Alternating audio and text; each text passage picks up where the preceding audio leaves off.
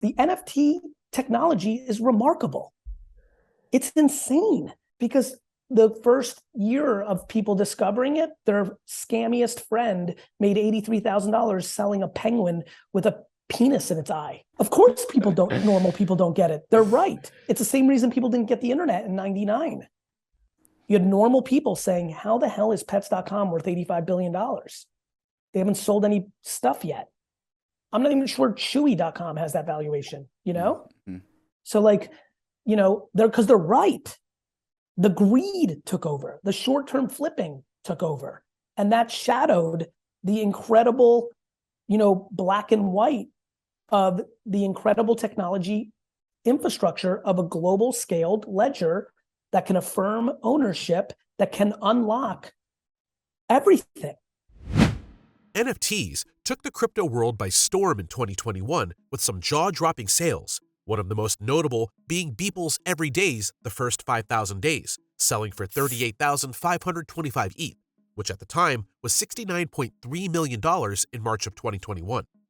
The NFT craze attracted Hollywood celebrities, music artists, and social media creators, as the technology was predicted to transform the relationship between entertainers and fans. But in addition to celebrities and entertainers, NFTs also attracted scammers, creating an unfortunate reputation for itself as a means of making a quick buck without providing much utility. Since the start of 2022, NFTs are down 97%, causing many pundits and analysts to raise the question, are NFTs dead? Social media and business magnate Gary Vaynerchuk, better known as Gary V, went headfirst into NFTs, creating one of the more successful collections, VeeFriends, which brings to life his ambitions of building a community around his creative and business passions, using NFT technology and their smart contract capabilities. By owning a VeeFriend NFT, you immediately become part of the VeeFriends community and get access to VeeCon. As a guest on the Bankless podcast, Gary V discussed the state of NFTs and why it's way too early to call it dead. Gary was an early investor in many heavy-hitter technologies such as Facebook, Twitter, Tumblr, Venmo, Snapchat, Coinbase, and Uber, and he states most of these companies did not show promise in the first 24 months. So to write off NFTs, it's just way too early. Gary stands behind the technology and believes in due time, those who understand it will reap huge benefits. But before we listen to Gary, if you're new to the channel or not subscribed, make sure you hit the subscribe button as we put out daily content to keep you updated on the current market and news. Look, I said my piece. I put out an obnoxious amount of content in the height of the height of the height. I have unlimited receipts of saying 99% of the projects that were booming in the boom were going to zero. So why I believe that? Because I saw the behaviors. I felt it was internet stocks. I mean, I said it constantly. So what I've been doing is the thing I said I was going to do, which is operate and work. I've built a 45, 50 person team. I've got another 30 hires. I have meetings every day. I raise capital from Andreessen Horowitz because I want to be around. I don't know how, look, we're in a bear market. I don't know who's excited. Forget about crypto. Is anybody paying attention to the severity of the war in Europe, the macro politics there, the inflation, the underlining reports from FedEx, housing's about to crash? I really believe that. A lot of companies, consumer confidence is down.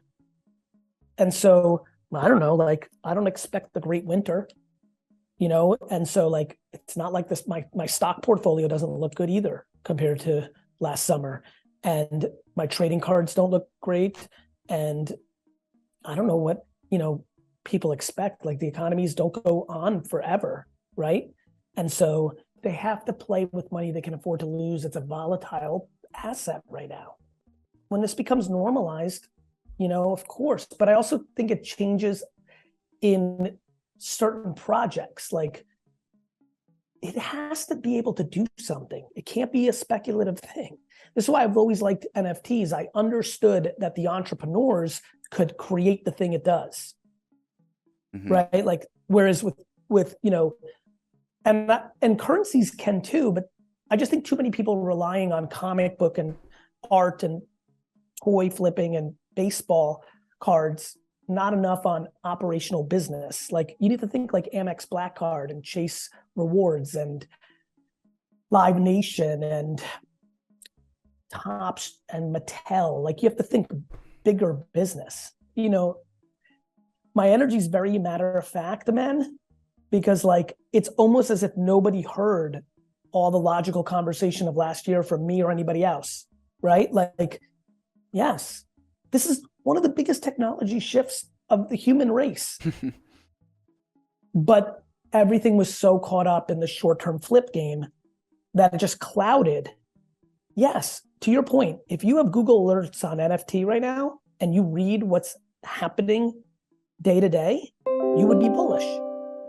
You're not bullish because you bought a NFT for $8,000 that's now trading at $600 and you're mad.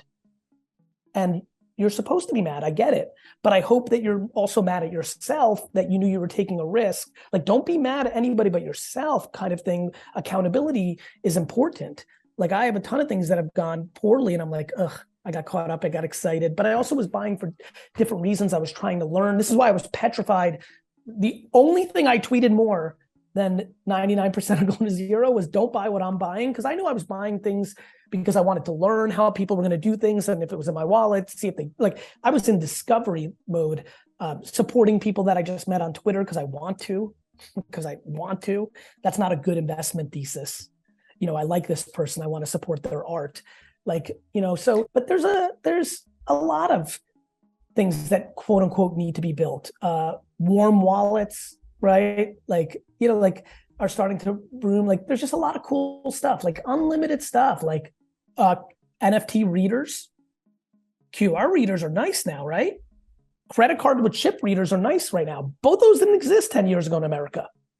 Europe on the QR, on the chip, right? Like, that stuff's way better.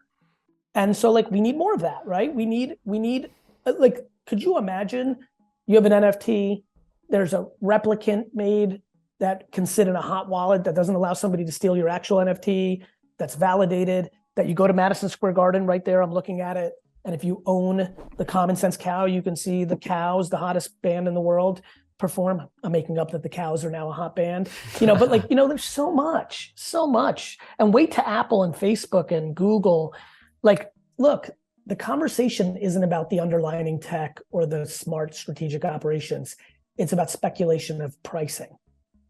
It's almost like everyone's paying attention to the value of the comic books, not the ability to print, you know, paper. if paper wasn't invented yet, like, you know, the analogy is like, everyone's worried about, you know, it's why Wall Street fucks me up. Like, everybody worrying about the stock price. All my clients at VaynerMedia have worse businesses than they could because they all care about their stock price every 90 days instead of building a real business. And so I think that's my hope, that more operators focus on not so many, you see this, you guys are paying attention. So many projects are doing such short-term things to appease a small percentage of people in their Discord who are fudding, who don't necessarily aren't necessarily doing the wrong thing. They're worried about their self-interest. They should, they're human beings, but that's a bad job by the operator. Can you imagine every head coach in sports listening to the crowd and making his or her decisions on the next play based on that? To watch the full interview, check out the link in the description. What do you think about Gary Vee's thoughts here? Do you think NFTs are dead? Leave a comment. If you found value in the content, hit the like button. It only takes a second, but it really helps the channel find similar viewers like you.